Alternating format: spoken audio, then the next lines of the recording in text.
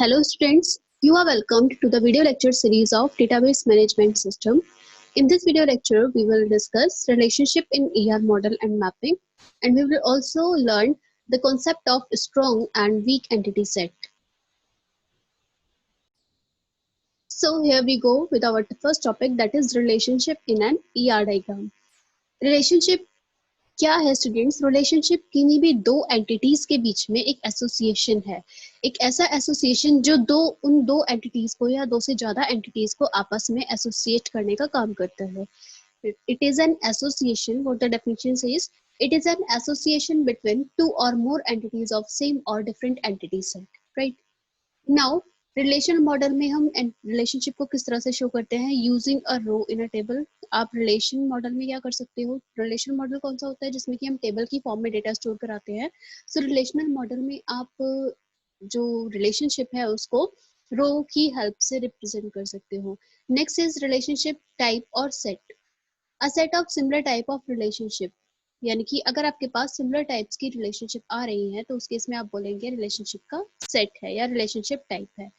ER diagram में या ER model में हम एक डायग्राम की हेल्प से हम एक डायमंड शेप यूज करते हैं रिलेशनशिप को डिनोट करने के लिए. And in our model, it means in relational model, it is represented either using a separate table or by a separate column, right? और उस सेपरेट कॉलम को हम क्या बोलते हैं? फॉरेन की. तो स्टूडेंट्स, रिलेशनशिप टाइप और सेट क्या है? रिलेशनशिप की बात करें तो रिलेशनशिप आपका दो एंटिटीज या दो सिमिलर और डिफरेंट एंटिटीज के बीच में एक सेट है, एक एसोसिएशन बताता है दो सेट्स के बीच में, दो एंटिटीज के बीच में. जबकि रिलेशनशिप टाइप क्या है? Set of similar types of relationship is called a relationship type. Now हमने देखा कि ER डायग्राम में हम एक डायमंड की शेप से रिप्रेजेंट करते हैं रिलेशनशिप को. एंड रिलेशनल मॉडल में either you can use a separate table और you can use a separate column. और उस सेपरेट कॉलम को हम फॉरेन की भी बोलते हैं, राइट? फॉर एग्जाम्पल यहाँ पर हम इस डायग्राम में देख सकते हैं कि टीचर एक एंटिटी है और एक स्टूडेंट एंटिटी है. So these two entities are connected by this diamond shape. And इसमें लिखा है टीचर टीचर्स स्टूडेंट, क्योंकि इनमें रिलेशन क्या है? टीचर और स्टूडेंट में, टीचर और स्टूडेंट में एक रिलेशन है कि teacher teaches student. This is the relationship. So teachers is a relationship between these two entities, teacher and student. Now every relationship type has three component. हर एक relationship के पास तीन component होते हैं. पहली चीज उसका नेम होना चाहिए किसी भी relation का. Second, degree. And third is cardinality ratio या फिर participation constraint. So we will see all these in detail. We will discuss all these in detail. Relationship के तीन components हैं. First है हमारा name, and then second is degree, and third is cardinality ratio, or we can say participation constraint. So name हमें पता है. Name हम क्या है रिलेशनशिप का? जैसे हमने कहा ये टीचर्स, तो टीचर्स क्या है? रिलेशनशिप का नेम हो गया, right? So this is all about the name कि आप रिलेशनशिप का क्या नाम दे रहे हैं. जैसे हमने कहा teacher teachers student. So teachers is a relationship between teacher and student, and teachers is the name of that relationship. Now what is degree? अगर हम डिग्री की बात करें, degree of a relationship set, किसी भी रिलेशन की degree क्या होती है? इट मीन्स डिग्री होती है कि कितने नंबर ऑफ एंटिटीज उस रिलेशन में एसोसिएटेड है या उस रिलेशन में पार्टिसिपेट कर रहे हैं. So this will be called a degree. For example, अगर मैं टीचर्स की डिग्री आपसे पूछती हूँ कि टीचर्स की डिग्री क्या होगी, उस रिलेशनशिप जो हमने टीचर्स ड्रॉ किया है यहाँ पर डायमंड शेप में, उसकी डिग्री क्या होगी? Since because two entities are connected, one is teacher and other is student. So इसकी डिग्री क्या हो जाएगी? इसकी डिग्री होगी 2, क्योंकि दो एंटिटीज इससे कनेक्टेड है. So what is degree? It means number of entities set associated in a relationship set. Most of relationship set in the ER diagram की बात करें अगर हम यहाँ पर डिग्री इन रिलेशनशिप सेट, तो मोस्ट ऑफ द रिलेशनशिप जो होते हैं ER डायग्राम में वो कैसे होते हैं? बाइनरी. बाइनरी का मतलब है कि दो एंटिटी सेट से मोस्टली रिलेशन कनेक्टेड होते हैं आपस में. So most of relationship set in ER diagram are binary. Binary होते हैं, बट हम बोलते हैं कि दो से ज्यादा एंटिटीज अगर कनेक्टेड है तो ऐसे केसेस बहुत रेयर होते हैं, राइट? तो उनको हम बोलते हैं रेयरली अकर्ड, राइट? उनको हम क्या बोलते हैं? Rarely occurred. अगर हम बाइनरी की बात करें तो बाइनरी रिलेशनशिप किस तरह से होता है? एक फर्स्ट एंटिटी आपकी कनेक्टेड होगी एक पर्टिकुलर रिलेशन से और सेकंड एंटिटी होगी। सो मोस्ट इसको हम बोलते हैं मोस्टली अकर्ड। इस टाइप की रिलेशनशिप को हम क्या बोलेंगे, मोस्टली अकर्ड, क्योंकि मोस्टली क्या होता है, दो ही एंटिटीज आपके किसी पर्टिकुलर रिलेशनशिप से कनेक्टेड होती है। सो डिग्री क्या होती है, डिग्री बाइनरी की हमेशा 2 होगी। Now if we talk about rarely occurred relationships, तो वो किस तरह से होंगी, आइए हम डायग्राम से देखते हैं। So here we go with these example. जैसे हम बोल सकते हैं कि रेयरली अकर्ड, रेयरली अकर्ड का मतलब है कि आपके जहां पर आपकी दो या दो से ज्यादा एंटिटीज आपस में कनेक्टेड हो। सो यहाँ हम देख सकते हैं कि 3 एंटिटीज कनेक्टेड है, so we call it ternary, and this is quaternary because 4 entities आपस में रिलेटेड है, एंड दिस इज एनएरी। अगर आपके इस तरह से n कनेक्टेड रिलेशंस हो, सो we can say n-ary relationship. So these are 3, जो ये हम तीनों शो हो रहे हैं, ये तीनों क्या है, रेयरली अकर्ड है। रेयरली अकर्ड का मतलब है बहुत रेयर अकर होते हैं ये। तो more than 2 entities set will be called a rarely occurred, right. Next चीज हमने कहा था कि कोई भी रिलेशनशिप तीन उसके कंपोनेंट होते हैं। फर्स्ट होता है नेम, सेकंड होता है डिग्री। तो नेम हमने देखा, डिग्री हमने देखा, थर्ड होता था कार्डिनैलिटी रेशियो। कार्डिनैलिटी रेशियो या फिर मैपिंग कार्डिनैलिटीज, ये क्या होता है, it expresses the number of entities to which other entity can be related via a relationship। यानी कि मैपिंग कार्डिनैलिटी हमारा बताता है नंबर ऑफ एंटिटीज जिससे कि अदर एंटिटीज कनेक्टेड हैं एक पर्टिकुलर रिलेशनशिप में। तो कितनी एंटिटीज कनेक्टेड हैं वो कहलाती है आपकी mapping cardinality, number of the entities, right? So it can be used in describing relationship set of any degree, but it is more useful in binary relationship। binary relationship में ज़्यादा हम इसका mapping cardinality का use करते हैं। For example अगर हम बात करें तो 4 तरह की होती है हमारे पास, 1 to 1, 1 to many, many to 1 and many to many। अब 1 to 1 की अगर बात करें, 1 to 1 का मतलब है कि आपके हमारे इस तरह से आपका डायग्राम होगा, राइट। 1 to 1 का मतलब है एक एंटिटी आपकी दूसरी एंटिटी से सिर्फ एक ही रिलेशन से कनेक्टेड होगी, राइट। नाउ 1 to many की बात करें तो यहाँ पर एक एंटिटी डिफरेंट n एंटिटीज से इस रिलेशन में होगी, राइट। तो मैनी टू वन की बात करें तो बहुत सारी एंटिटीज एक पर्टिकुलर रिलेशन में होंगी एक पर्टिकुलर एंटिटी के साथ, दिस विल बी कॉल्ड, इसको हम इस तरह से एन बोल सकते हैं या फिर एस्ट्रिक बोल सकते हैं। एस्ट्रिक का मतलब होता है बहुत सारी एंटिटीज, राइट। एस्ट्रिक का मतलब होता है रिपीटेड। सो एन बोल सकते हैं या फिर एस्ट्रिक रिलेशन में बोल सकते हैं। So this is 1 to many।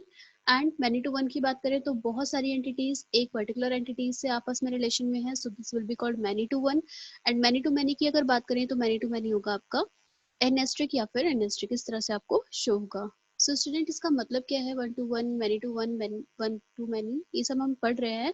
ये क्या है, मैपिंग कार्डिनैलिटीज है। ये हमें शो करता है कि एक एंटिटी कितनी पर्टिकुलर एंटिटी से या फिर कितनी पर्टिकुलर एंटिटीज एक एंटिटी से आपस में रिलेशन में है। फॉर एग्जाम्पल अगर हम इस डायग्राम की भी बात करें तो हम इसे ऐसे भी ड्रॉ कर सकते हैं, यहाँ पर इस तरह से एरो शो करके, राइट। ये 1 to 1 शो करेगा।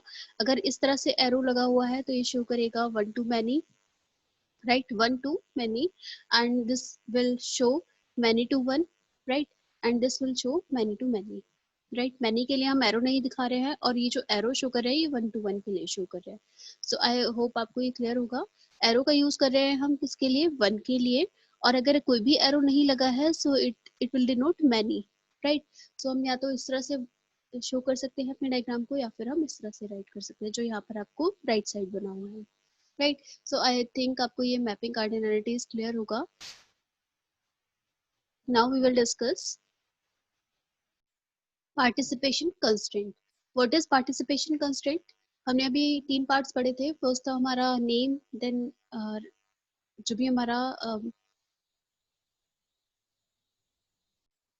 रिलेशन था उसके 3 कंपोनेंट्स थे। फर्स्ट था मैपिंग, फर्स्ट था हमारा नेम उसका पार्ट रिलेशन का, सेकंड था हमारे पास नेम के अलावा डिग्री, एंड थर्ड था mapping cardinalities या participation constraint. So here we are going to discuss participation constraint. What it is used for?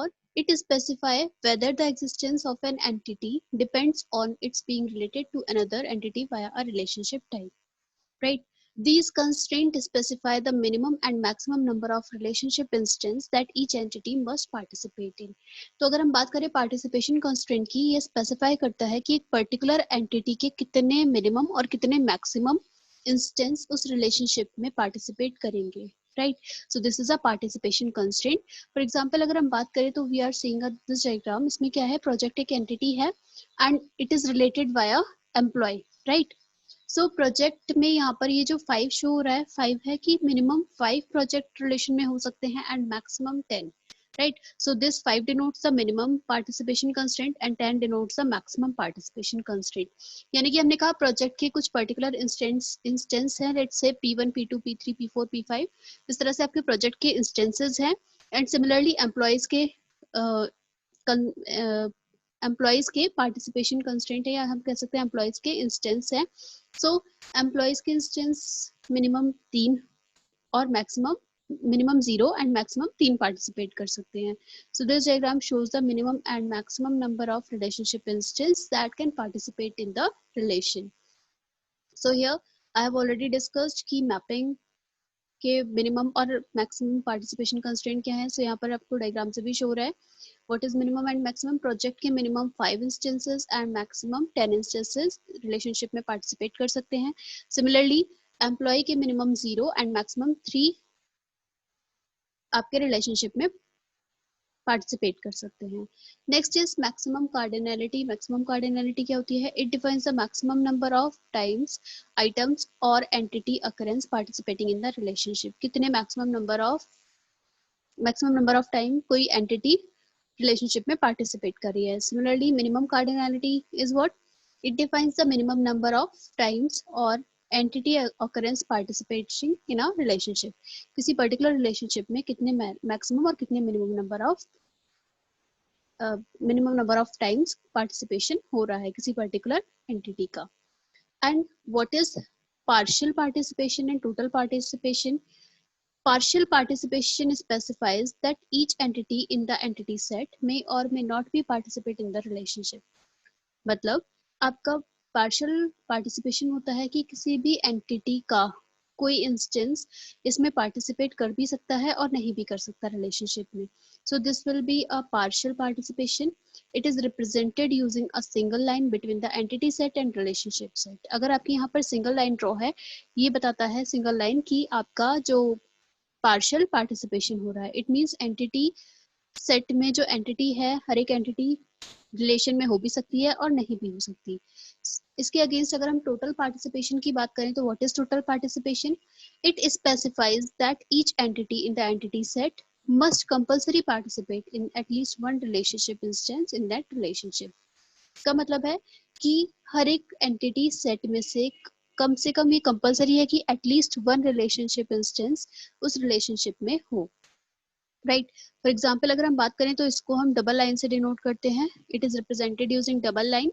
यहाँ पर आपको क्लियरली यहाँ शो हो रहा है कि जो एंटिटी है, एंटिटी आपकी ये डबल लाइन है. डबल लाइन का मतलब है total participation. It means at least one employee आपके इस रिलेशनशिप इंस्टेंस में पार्टिसिपेट करेगा. सिमिलरली हम इस डायग्राम से देख सकते हैं इट मींस कि project is related with employee, but project का जो पार्टिसिपेशन है वो टोटल पार्टिसिपेशन है एंड एम्प्लॉय का जो पार्टिसिपेशन है वो पार्शियल पार्टिसिपेशन है, right? Now we will discuss weak entity and strong entity set का concept. Now in ER diagram we can see different ER notations. We have already discussed it in our previous video lecture. Entity set में क्या होता है? Entity set को define करते हैं हम एक रेक्टेंगल बॉक्स से. रिलेशनशिप सेट डिफाइन होता है एक डायमंड बॉक्स से. वीक एंटिटी सेट की बात करें तो डबल लाइन से रेक्टेंगल बना देते हैं. Weak relationship set double rectangle से शो होता है. सिमिलरली एट्रीब्यूट की बात करें तो this is an attribute. Multi valued attribute double oval में होता है. then it is a key attribute and it is a derived attribute. So these all are the notations in an ER diagram, or we can say ER component. Now we will discuss weak entity set and strong entity set. For example, this is a normal ER diagram in which there is no weak or strong entity set. We can see here customer is related with the account by a relation depositor. It means customer is a depositor in the account. अब account क्यों यहाँ पर हमारी week नहीं है, week entity set? क्योंकि उसके पास account number एक प्राइमरी की है, राइट? प्राइमरी की है. सिमिलरली कस्टमर के पास कस्टमर आईडी एक प्राइमरी की है, राइट? सो वी कैन से कि यहाँ पर कोई भी वीक एंटिटी नहीं है. Now we will see an another ER diagram जिसमें कि हम अभी वीक एंटिटी सेट का कॉन्सेप्ट देखेंगे. So this is a ER diagram with weak entity set, right. अब हम बताएंगे कि यहाँ पर हम इसे वीक एंटिटी सेट क्यों बोल रहे हैं. हमने कहा था वीक एंटिटी सेट को हम डबल रेक्टेंगल में शो करते हैं. सो लोन के पास लोन नंबर उसकी एक की एट्रीब्यूट है, लोन नंबर उसका की एट्रीब्यूट है, बट पेमेंट के लिए पेमेंट के 3 एट्रीब्यूट है यहाँ पर, payment date, payment amount and payment का नंबर.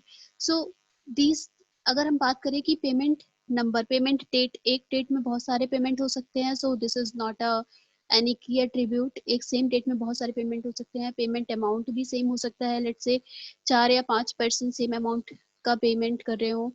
बट पेमेंट नंबर की अगर बात करें तो पेमेंट नंबर क्या है, एक 1 2 3 से स्टार्ट होकर एक पर्टिकुलर नंबर है. बट ये नंबर क्या हो सकता है, ये आपका नंबर किसी किन्हीं भी 2 पेमेंट के लिए सेम हो सकता है. सो हम कहेंगे कि पेमेंट में कोई भी की एट्रीब्यूट नहीं है, या वी कैन से प्राइमरी की नहीं है. So payment is a weak attribute set, weak entity set. इसको हम पेमेंट को वीक एंटिटी सेट बोलेंगे. और ये क्योंकि इसका पार्शियल पार्टिसिपेशन होगा, so we have denoted it, this double line shows a partial participant, partial participation, and this will be a weak relationship set. Loan payment, क्योंकि पेमेंट क्या हो रहा है, लोन पेमेंट के लिए हम बना रहे हैं और लोन से कनेक्ट किया हुआ है. So this is an ER diagram with weak entity set. I hope आपको ये वीक एंटिटी सेट का कॉन्सेप्ट क्लियर होगा. नाउ